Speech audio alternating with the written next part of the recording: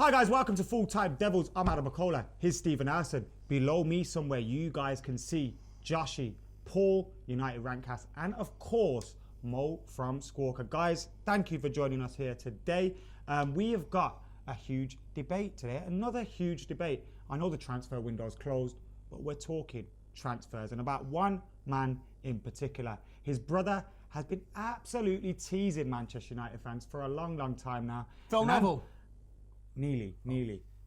Antoine Griezmann, linked with a move to Manchester United. His image advisor says the move makes sense. It could happen. He says he wants to follow in David Beckham's footsteps and all that stuff. But is that where the speculation really starts? Because he loves David Beckham? Firstly, I'm going to take a pick here. Who should I come to? Paul, what do you think? Where did all this start? And do you think there's anything in it? The short answer is, I mean, I don't have any inside information, but yes, I do indeed think there's something in it. This is the kind of rumour which has weight behind it. We've had a lot of them in the past few years, and there was a long period where none of them seemed to come off. But I think the takeaway, if people take away from that the interest wasn't real, that United weren't pursuing Bale or Tony Cruz or some of the players, some of the ones that got away, I think that'd be the wrong lesson to learn. What I think has happened is they've got better at doing business. And my instinct, based on all the reporting and all the rumours, would be that United are in a kind of Galactico model at the moment. They need a shiny new number 7, and Antoine Griezmann fits that bill perfectly. Josh, you thinking along the same lines? Yeah, I mean, I think in terms of the reports that we've seen and read, you know, it's not just a rumor in the Daily Star or whatever, you know. It is the Daily Star's quality, Josh. I'll have you know. Okay, in one paper, it is sort of across the board, and we're seeing it from people who you would say are respectable journalists, if there is such a thing. But yeah, so it looks like there are. It looks like it's got weight, as Paul said, and obviously there's no smoke without fire, and it feels a lot like the Pogba transfer last season, and as Paul said, we seem to be getting better at getting it over the line, and getting better at it means chucking a world record transfer fee at it. And if nobody else is going to pay his wages and nobody else is going to chuck that world transfer fee at him, then surely we are front runners. And yeah, I think it probably does have some legs to it. Again, I don't have inside information, but you know, it is something that is sort of building momentum, and it may even snowball. There are a few good journals, and we do have most of them on here. I'll have you know. Mo, what are you thinking? Yeah. Any insight at squad? There's no inside information yet, I'm afraid, mate. I'll let you know when there is. Don't worry. No, I think the thing is, I think it's pretty much going to happen. It looks like it's going to happen. It feels like the same. It feels like the. It feels like the hey. It feels like the Pogba one. He said he'll resign if it don't. It feels like the Pogba deal because it just feels like there's an air of inevitability behind it. Diego Simeone reduced his contract length at Atletico Madrid to 2018, meaning that any club wanting to get him doesn't really have to pay a huge buyout clause. He's spoken at length about how wanting to manage Inter have a lot of money and, you know, no real direction. I mean, they're doing quite well right now, but it's just a short run of form. Who knows how long that will last? You know, and Atletico, if you watch them this season, they're not as good as they were last season. They're not as good as they were 2 seasons ago. They seem to have hit a wall trying to evolve the side, and it's like they need to sort of blow it up a little bit and start again almost. And I think you sell Griezmann for 100 million euros, that can fund an entire squad's worth of redevelopment if you're very clever. It looks, all the pieces are lining up around it to make it look like it's very obvious. The brother thing is really huge. Like, his brother's just on social media like constantly like, yeah, United. You know, the last 2 guys. It reminds me of Tobias Schweinsteiger, who was a massive Man United fan, who basically I'm convinced he's the reason Bastian Schweinsteiger joined United. He's like, go on, just go on. And so he was like, yeah, all right then, and he did. So I feel like his brothers are going to be an influence. The fact that it's the number 7 shirt, it's Eric Cantona or David Beckham, apparently, what a weird thing for that. To, you know, weird. Well, no, in the curtains because of Beckham. No, I love Beckham, but Beckham's a crossing winger. Griezmann's a forward that scores goals. It's like and French. And well, yeah, but I mean, you know, who doesn't love David Beckham? Let's be honest. Apart from Aldo Duccio and Diego Simeone, maybe. But anyway, you know, I think everyone I think it makes a lot of sense. I think it's going to happen. It's very likely to happen. All the pieces seem to have lined up for it. It's interesting that amongst that, I picked up that you said it feels inevitable, like the Pogba deal. That deal never felt inevitable. But yeah, we'll go with that. Steve, do you agree with what these guys are saying? I think what I'll pick up on is Mo said it feels like everything feels like it's lining up. Just because something's logical doesn't mean it's going to happen. We've seen with Gareth Bale, like, he wants to come back to the Premier League. Ryan Giggs was his favourite player. He's always wanted to play for United. Fergie was tapping him up when he was like a teenager and stuff like that. So it felt like Gareth Bale was inevitable at some point. United have got the money and all the rest of that thing. It stacked up, never come. He's just signed a new contract. Looks like he's going to be very difficult to get out of Real Madrid now. But Antoine Griezmann, I will agree that it definitely does stack up. And a couple of weeks ago we was talking, weren't we? Can we get to the bottom of this Griezmann transfer rumour? Because I feel like it's happening, you feel like it's happening, it seems like these guys feel like it's going to happen. But we didn't really know why we felt like it was going to happen, so we started trying to dig into it. And then it comes out from, I think Yahoo sort of dropped it, didn't they? Yahoo France, that Griezmann's got some sort of verbal basis of an agreement in place, and everyone was like, all right, we'll stop digging now, because actually it looks like it might be a bit more on than it is. But I think there's a very, very good chance that we're going to get him. People say, oh, you're not going to get him if you don't get Champions League. I've got two words for you, Paul Pogba. So I do think whether we get Champions League or not, I think that I hate the word, but there's a project happening at Manchester United, and I think Woodward's part of that. There was that interesting point, actually, that a lot of the broadsheets brought up, was that Mourinho doesn't not like him, but it wouldn't be his first choice. Yeah, and it seems like it's more of a Woodward signing, and Mourinho's going to be like, okay. It's like if your missus brings you a sandwich that you didn't ask for, innit? Like, you're not going to be like, no, I don't want that sandwich. You'll eat it, you'll be like, all right, I didn't want it, but happy days. I think that's what you got a roast dinner on your lap, though? Well, you're going to finish that, and then you're going to have your sandwich, aren't you? And then that's where your problems have all started, Steve. Right, moving on. I think it's just because he's a United fan, and I think some papers have just put two and two together. Well, there's a lot of United fans out there in world football. No, I think if you think about it, I mean, this is, you can get that sort of random connection, but at the same time, his agent, with Simeone, his image advisor as well. But I'm saying his agent can place stories in the paper, little hot tips, whatever it might be, and that's continuing. It's not just one story here or one story there, and then his brother's sort of fueling that fire. And now, you said earlier, I feel it's going to happen. I don't know that it's going to, I don't feel like it's going to happen. I feel like there's truth behind the stories. Yeah. And obviously there's a lot of factors, and, transfers like this just don't happen. There's agents, there's the player himself, there's all the hangers on. Then there's the fact that he's such an elite player. There's going to be other clubs involved. So, I'm saying that there's no smoke without fire, but it doesn't mean it's going to happen. There's a sort of difference. You get a lot of smoke from them. There is no fire. Does anyone know what the release is? It 85? It's 100 million. Yeah. 100 million euros is what I've read. But that's less than Pogba's record. Which is probably like £100 million now, right?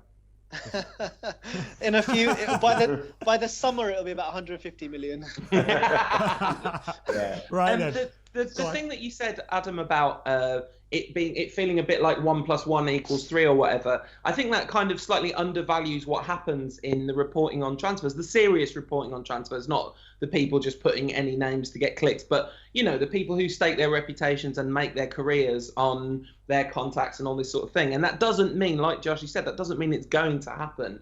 But I think you can compare different sorts of rumours to and intuit from that whether they're credible or not. And this, Duncan Castle said he's United's #1 transfer target, essentially. If anyone is connected and has inside information on what the Gestafute enterprise are thinking, then he's not just saying that just because it adds up. Jose Mourinho just stuck his hand up Duncan's arm. How does that work anyway? Do you reckon he gets like a little WhatsApp message like Duncan? How does that exactly go? I want to know the mechanics of that. Does he got him on DMs? Does Jose have like a Black Ops Twitter account? Group. What's the crack? Yeah, does he have I want to know. Someone tell me what to know. Get in the comments. How's he do it? He's probably Instagram DMing him more. He's on there a lot. Maybe Insta. Right, on to part 2. Where does he play? You touched onto it a little bit ago, Steve, about how this may be an Ed Woodward move, and Jose Mourinho may, of course, like him, may want him, but it may not be the first choice signing that we need. Now, what do you guys think? Where would he play for us? Where would he fit in? And is he someone we need straight away? I'll come to Mo first. need is a difficult thing. I mean, he's a world-class footballer. United, every club could always use more world-class footballers. And where he fits in, this is the thing, right? He started off at Real Sociedad when he was making his name. He was a winger. He was a goal-scoring winger. He was pretty good. And then he went to Atletico Madrid, where Diego Simeone made him into a central player, a central striker, a goal scorer. I mean, there are two ways he fits into the United side, really, as far as I can see, right? One is United play 4-2-3-1 with Pogba and Herrera at the base of midfield. You've got Mkhitaryan on the right, you've got Rashford on the left, let's say, and then you've got Zlatan up front. You've got Griezmann as a number 10, but not what we would call a number 10, not a playmaking number 10 like Mkhitaryan is, for instance, but more of a goal-scoring one. Like he did in Euros for France. When they put Giroud up front, suddenly Griezmann was running off him, scoring all kinds of goals. You look at Zlatan Ibrahimovic and Griezmann, they could form that kind of partnership. So that's one way, and I think if he does come, I think that's what United would do a lot at home and against teams that are going to sit back and defend. But then in the big games, I mean, Mourinho in the big games, he's going to bring an extra midfielder in there. He's going to tighten it up. So you've got Pogba, Herrera, and then Carrick or Carrick's replacement, whoever that is, right? Or Fellaini, whatever. So, and then what you can do, there's two ways you can play Griezmann. You can play him as a winger on either side, really. I mean, it's not going to get the best out of him, but he could do that. But really, where I think he'd play is up front. Because he can play as a number 9. He's not a big guy, but if you play in transition, if you play on the counter attack and you're playing into space, you're playing like Atletico Madrid did so much last season in the Champions League against Barcelona, Bayern Munich. If you go back and watch those games, how Griezmann operated as a number 9 was he'd come back into his own half but he'd always loiter around the halfway line and he was always right there. When Atletico broke, he was there. He could break beyond the lines into the opponent's half, and his pace and skill terrified the Barcelona and Bayern Munich defenders.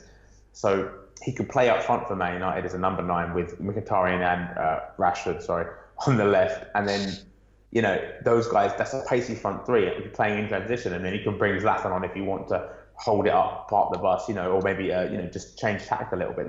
What it gives Man United more than anything else is options. United don't have options right now, not really. He gives United so many options.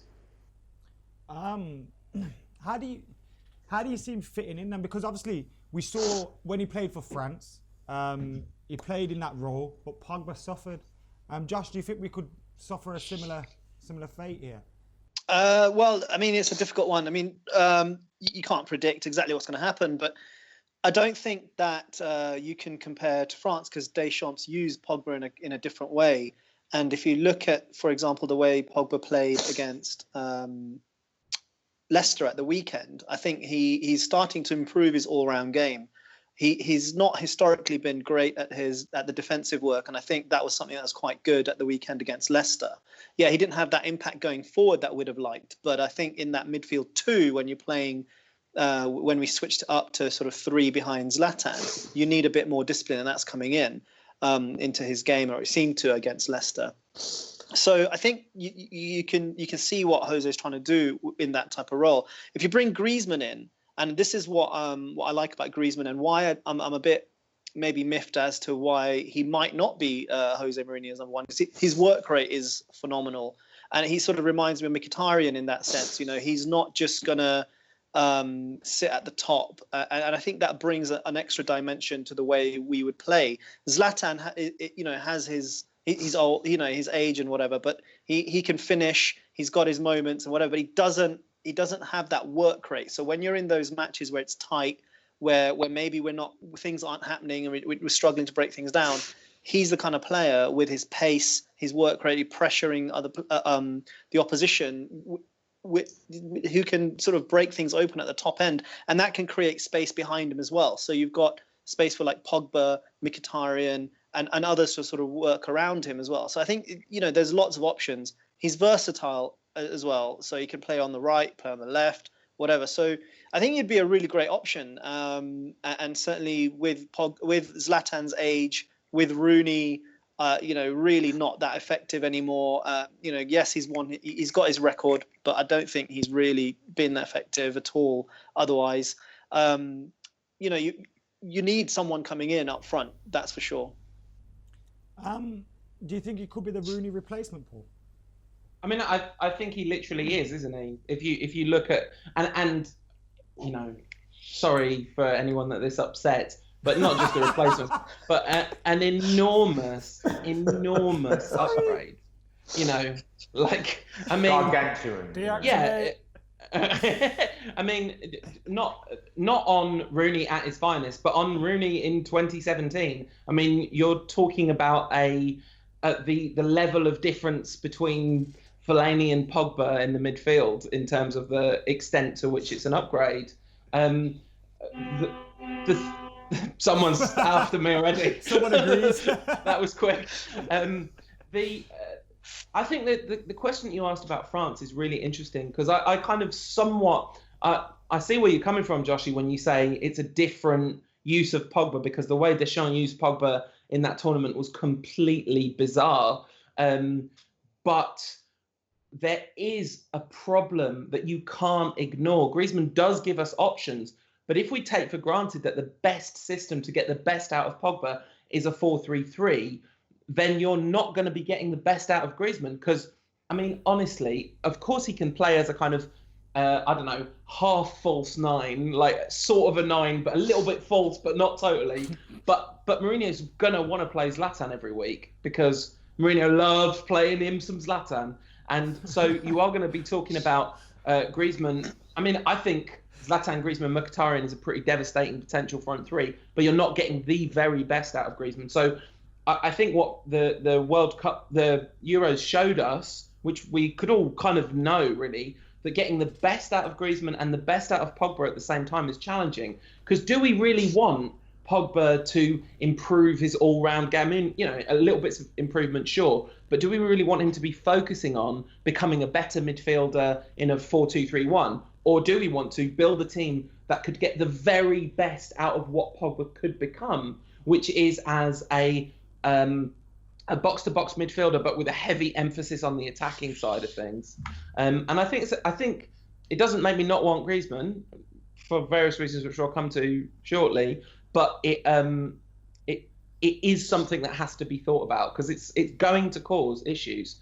Just like trying to play Rooney and Mata and Mkhitaryan and Pogba all in the same team causes issues. It's going to be the same with Antoine Griezmann. See, one thing about the France thing, I just want to jump in if I can. It's interesting that we really failed with the France thing because Pogba didn't work well in the 4-2-3-1. But part of the problem with that was, if you look at the way the French lined up ahead of Pogba, Payet in particular, they had very ball-heavy players, ball-dominant players, guys who wanted the ball all the time to dribble and to do this and do that. You look at Man United, you look at if you play 4-2-3-1 with Man United, you look at the guys ahead of him, there's not many ball-heavy players. Like Rashford makes runs. He wants the ball, but then he does stuff with it immediately, plays 1-2s, makes runs off the ball. You look at Mkhitaryan, same thing, very, very quick, doesn't dwell on the ball, doesn't hold up, slow it down like Payet does. And then Griezmann is a striker, and Zlatan will link with Pogba anyway. So I think even if it's play 4-2-3-1, it wouldn't necessarily be as stodgy as the way Pogba was for France in the Euros in the 4-2-3-1 because it's a different set of players.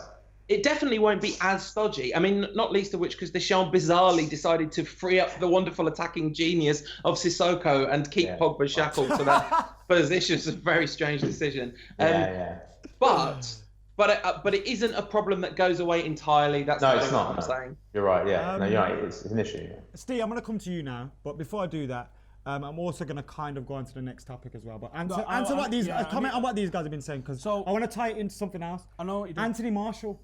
I'm scared about Anthony Martial. Go on. Right, there's several things at play here in terms of how does Rooney fit in.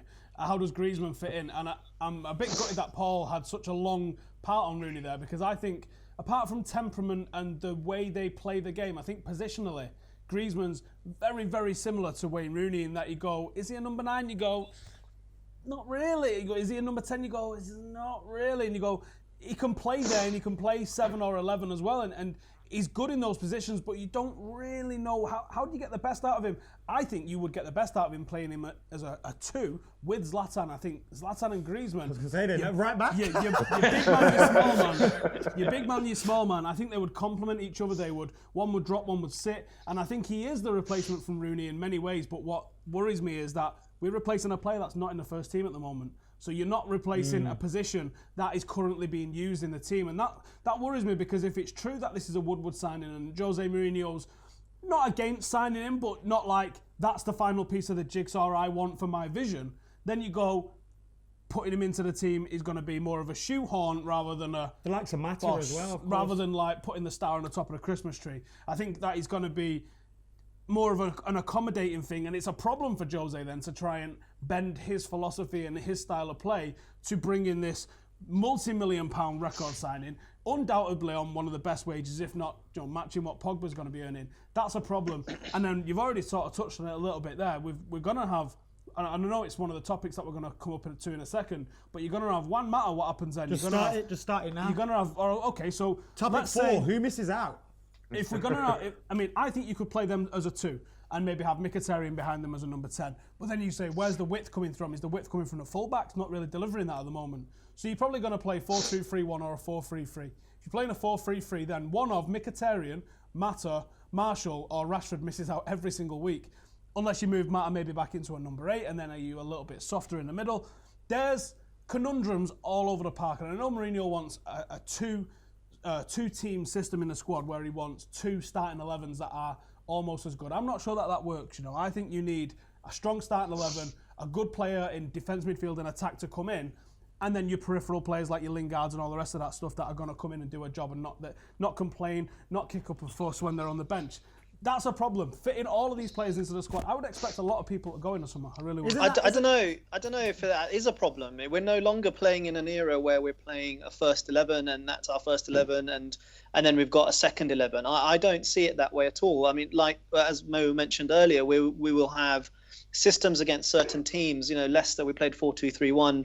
Other areas you're playing 4-3-3, and different players will slot into that. If you've got the options, then you can start to play around with that, and you can start to look at more fluid systems, especially with someone like Griezmann who's so versatile. But the ego's involved, though. That's what I worry about. Is the ego's involved? Happy to play 20 games instead of 40 games? Are they thinking, I'm never going to win a Ballon d'Or playing 20 games? It's never 20 games, mate. Top teams this season, if you go all the way, you're playing 60 games. You're playing 60 games. But this season, Jose Mourinho hasn't showed he's likely to change the team much. He doesn't have the options to up front, does he? He's playing Zlatan up front. Loads. He uses them out. No, I'm talking about at the centre forward position. Yeah, you could play Rooney there, Marshall there, Rashford there. You've got options. He's just not using them. No, so Rooney, no, I don't think he is an option. He's not really performing in that area. He's not getting the goals. He's not mobile. Rashford, he is obviously an option, but he's not performing. You've got to perform. You've got to take your chances. Yeah, I agree with the Martial thing. I think there's something strange going on there, but I think it might come down to the work rate side of things. I don't know. But I'm talking about in that centre forward position, in the way that Zlatan plays, or even in bringing someone else into that position. There's few options that you can see. I mean, yes, we've got a plethora of numbers in people who could play there, but no one's really come in and really challenged him for that spot. And offering what Zlatan brings, not just in finishing, but his sort of hold up play when he can be bothered. But is that not also a thing of that fact that he is a first choice player, like Pogba is a first choice player, like Big Dave is a first choice player? You need the players that know, if I have a bad game, I'm getting dropped. You need players that just know that they're starting every week unless they're you'll have those players, but you don't necessarily have 11 players like that and then 11 players who are second 11, because you've got to have that competition for places. Hence you've got Martial, Rashford, Mata, Mkhitaryan fighting it out up there at the back. You saw the emergence of Rojo. Someone's going to go. There's no way that all of them players are going to be at the club. Yeah, and at the moment it looks like Martial.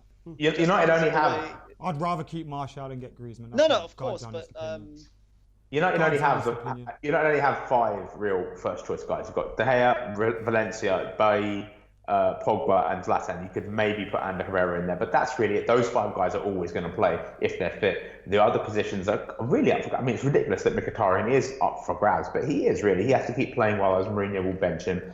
So you put Griezmann into that, make Griezmann the 6th undroppable guy, and you just start working formations around him. Like I said, you can play Griezmann wide as a false winger almost. You can play him on the right of a 4-2-3-1, for instance, and you could have Valencia bond forward. You could bring him in. Who's going to miss out? Martial looks like the one.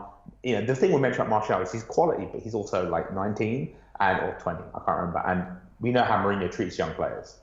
He historically. I'm glad I don't have to give my opinion on this today because look, man, I love Antoine Martial. I think Antoine Griezmann has the potential to be a fantastic signing for Manchester United, and I want it to happen.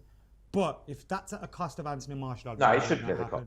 Anthony Martial for me is one of the best young players in the world, and we should not be letting him go. And if Mourinho does that, I will never forgive him. Yeah, absolutely agree with you. Martial is incredibly. Get him out now, in fact, before it happened. Does anyone think that if this is an Ed Woodward signing, that could cause problems? Because didn't Abramovich have that sort of power over Jose that he didn't like? Yeah, but then also with Shevchenko, for example. Yeah, but then the thing is that's Abramovich signed players Mourinho didn't want. Like Mourinho said, give me Eto'o, and Abramovich got him Shevchenko. Like completely different. Same. Yeah, it's not, and so, but it's not like Mourinho hasn't asked or said, get me someone else, and then he's gone and got Griezmann. He's just played here's Griezmann. It's a bit different. It's like to use Howson's sandwich analogy.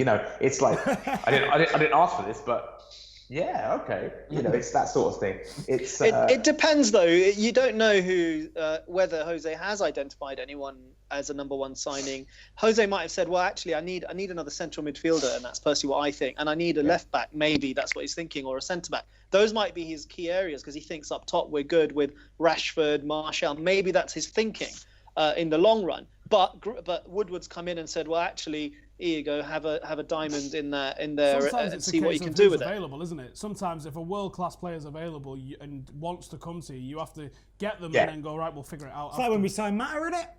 Yeah. Cheers, Dave. I think the thing about Martial is there's no way Martial will miss out because we signed Griezmann. If Martial doesn't make it at United, it will be because Jose Mourinho hasn't been flexible enough to change his bizarre stags rutting in a forest man management approach for a player that needs something very different. So that's why, if it doesn't work with Martial, that will be why. Yeah, I'd agree with Paul on that one actually. I love you, Paul. Yeah. It's like this is a guy who needs just arm around the shoulder, and Mourinho's like, get out there. You failed me once again. Like... Do you think that's why we should maybe look at bringing in like a Roy Keane kind of character to put his arm around players in their dressing room? I was wondering where you were going. You know what? I would pay good money to watch Roy Keane share a dressing room with Paul Pogba, because I can't imagine they'd be fighting within 10 minutes. I'm almost certain of it. No, it wouldn't be Paul Pogba he'd fight with, because Pogba's got the quality and he's got 4 Serie A titles, all that true, behind him. It'll be Jesse Lingard who'll get Yeah. Hey, Jesse scored a cup final winner, I have, David If his name was Visit, Lingardinho, he would have won the Ballon d'Or by now. That's what they're saying, it. The thing about who misses out, I think a player that hasn't been mentioned very often here is Juan Mata. And I think that, Mourinho has invested a lot of recovery work in his relationship with Mata. It's clearly working. He said he's important to this project in a way he wasn't important to the Chelsea project, all that stuff. But I think if you look at the balance of all the different possible starting 11s you could make up, if you just take Rooney out, add Griezmann to this squad, I think Mata misses out a lot because when he plays, he's going to play on the right for, with all the compromise that entails. It is sad. But I think Mourinho's ruthless, and I don't think there's a problem with him and Mata. I think he just preferred Oscar at that time and that place. At Chelsea, whether that was right or wrong is up for debate. Well, no, at Chelsea, Mata didn't work hard enough off the ball, didn't defend hard enough, and so that was Mourinho's excuse.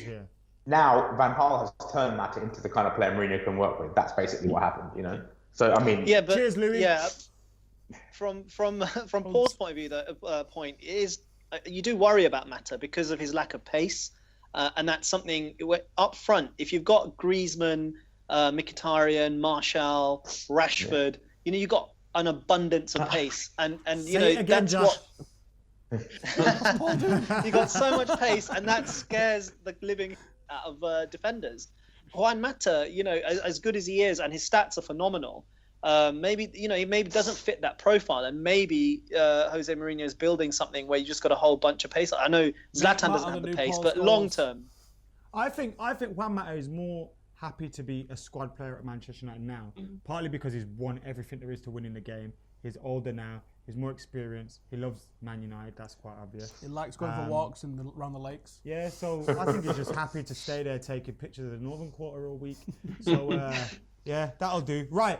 On to the next one. This is a bit of a weird question because when I was a young lad, I grew up looking at number 7s like Robbo to Cantona to Beckham. Yeah.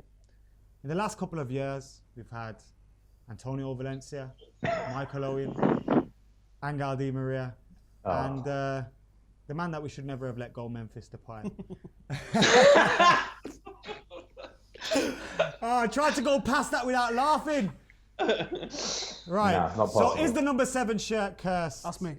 No. It's Yeah, open. go on. No. Move on. Is that done Yeah, yet? I would just agree with it. It's not cursed. You don't need to have just signed terrible players and given them the number 7 shirt, or in Di Maria's case, just not really looked after a world-class footballer who, for some, signed for United despite the fact. I mean, United were always his second choice, right? So, okay, fine. But United should have been like, we love you and thrown everything at this guy to make him happy. They didn't, and so he was like, right, I'm off. See you later. Before Marshall, did we have a number 9 that really smashed it? Andy Cole. Not since Cole, not really. Yeah. Saha had his moments, I suppose. He scored But, 4 goals, I'll have you know. I love About Falcao. 40 on this season. And he's top scorer in league. Every time Falcao scores for Monaco, I'm like, in your face, Van Gaal. Even though it wasn't really his Me and Adam fault. text each other, scored again, I know. No, I I'm think joking. number 7 shirt isn't cursed. I think United just need to give it to a world-class footballer that fits the club and wants to be at the club and wants to be, what the club is about. And if Griezmann comes, he does seem to fit all of those things. So, no, it's not cursed. No, I'm going to take a contrary stand for no reason. It is cursed. He gave it to Michael Owen and he put a hex on it. It was an act of profound irresponsibility. How could you give Cristiano Ronaldo's shirt number to Michael Owen? What are you doing? No. Everyone tweet Michael Owen saying, remove the curse, you scout bastard. Yeah, let's do that. Hashtag remove the curse. And Chris, Hashtag just have remove it like. Isn't it just a case of you remember all the good players that played in the 7, and then if someone comes along and there's not plays in that the many 7, bad ones prior to... you had Ronaldo, Beckham, Cantona. I remember, everyone used to say, it was just a nice Ronaldo's little a run, one-trick right? Koppel pony. played in it. My But dad remember, used to go, squad numbers only came in what? Yeah, Cantona was the first one to be given it as a squad number. Right Robbo then, and wore before it that, loads before of it was people a wore squad it. number. Yeah. You just remembered It was that. Robbo's shirt while Robbo was here. Yeah. And then I'm Robbo was here, I tweeting wasn't born. this. Do it. yeah, Hashtag remove the curse. Scouse tweet. bastard. Don't forget the YSP at the end, Mo. I'm sure he'll reply to that. Right then. So, safe to say the number 7 is cursed. I hate when people say, "Oh, you should retire that shirt." Why are you going to retire that shirt? When a young kid gets that shirt, like, isn't it beautiful to think, wow, Well, this look is at Ryan Griezmann. Giggs' shirt. I Look can at live up to Griezmann, this. Or where this he's is- like, that's David Beckham's shirt. To him, David Beckham's that guy. And he's going, that's David Beckham's shirt. And you're right with Giggs. And Maldini and that have done it, well, with AC Milan, and the only guy that can have it is his son. I think that's kind of cool. But I don't think, you've got to look at who's wore this shirt. Brian Robson, Eric Cantona, Has he really George done Best. Yeah. He's the only guy that can wear that free shirt. Basically, Maldini, because at Milan they already retired the number 6 for Baresi, and then Maldini retired, and he said, "Okay, I'm half retiring number 3. If my kids become footballers, they can wear it. Otherwise, no, leave it retired." Right. But yeah, I agree with Howson. I mean, imagine, look, man, when Rashford gets the number 9 shirt, well, everyone's going to cry, aren't they? Really, let's be honest. I think It's gonna be kind of the world's beautiful. greatest number 3 is Patrice Evra. And on that note, we will end this show. You can't retire numbers. Griezmann. United have had so many great players fill everything. Yeah. That's Bobby Charlton's number 9. That's Zlatan's in now. David You Bellion look would at all not have the had a number different- 12 shirt to fill if Phil Neville didn't do such great things in it.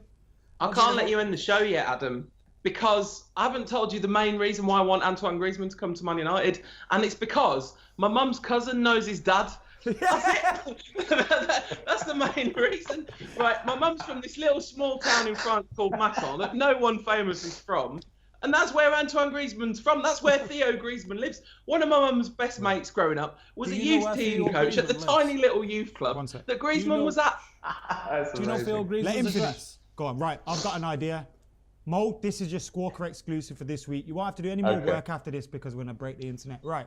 All right. Squawker exclusive. Famous United fan Paul at United Rantcast related to Theo Griezmann. Move is confirmed. He's basically my cousin. Basically. Antoine Basically. Griezmann is basically I want my that on cousin. Squawker today. Can we Squawker get his suggests address? Can we get his address? I will go out to Theo Griezmann's house and knock on his door. we should deliver Man United presents to Yeah, Theo we'll go Griezmann. and deliver a number 7 shirt to him and be like, what do you think of that? Steve, If it are gives you you the- serious? Here's how we can go viral without making a fool of ourselves. We can go give him What a could go wrong with that? Right. Do you seriously think there's any chance that Theo Griezmann doesn't know exactly who you two are? 100%. Definitely In fact, subscribe to Theo us. Griezmann's watching this. All right, Theo, bonjour. Theo, All right, bonjour, Theo, buongiorno, lad. bonjour, el addressio, el typio, magico. Spanish, mate. What are you Straight up Brexit. Oh, Oh, God. South of Dover with a tan, aren't they? What's the matter with you?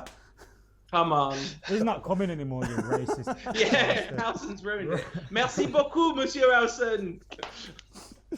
Can you imagine the team, though? Let me just say something. Marshall. No, we did this. Griezmann. We did this when we got Falcao. Marshall. Griezmann. No, Pogba. don't say it again. Mkhitaryan. No, it didn't work. Luke Shaw. It didn't work. If Jose up with Luke Shaw and Marshall, I'm finished. We came seventh. Falcao worked, you dickhead. Anyway, right, guys, thank you for joining us today. I forgot what we were talking about today. What we were talking about? Sandwiches. Sandwiches. Yes. If your missus brings you a sandwich and you don't want the sandwich, you still take that sandwich. Sandwich. Talking about my cousin Antoine. Paul's related to Toby Griezmann. Is it Toby Griezmann? Theo. Is that Theo. Bastian Schweinsteiger? Toby's but Schweinsteiger, Yeah. Theo Griezmann. They're both just the biggest definitely cock both teasers got ever. a box next to each other at the ground. Like, can you believe this? Right, make sure you follow these guys on Twitter. Their handles are all below. Thank you to Joshi, Paul, and of course Mo. Cheers to this dude for turning up as Cheers, well, as lads. always, and not letting me get a word in edgeways. But thank you for joining us. Make sure you subscribe, like, share, get your comments in below on Antoine Griezmann. And for now, we're out of here. What?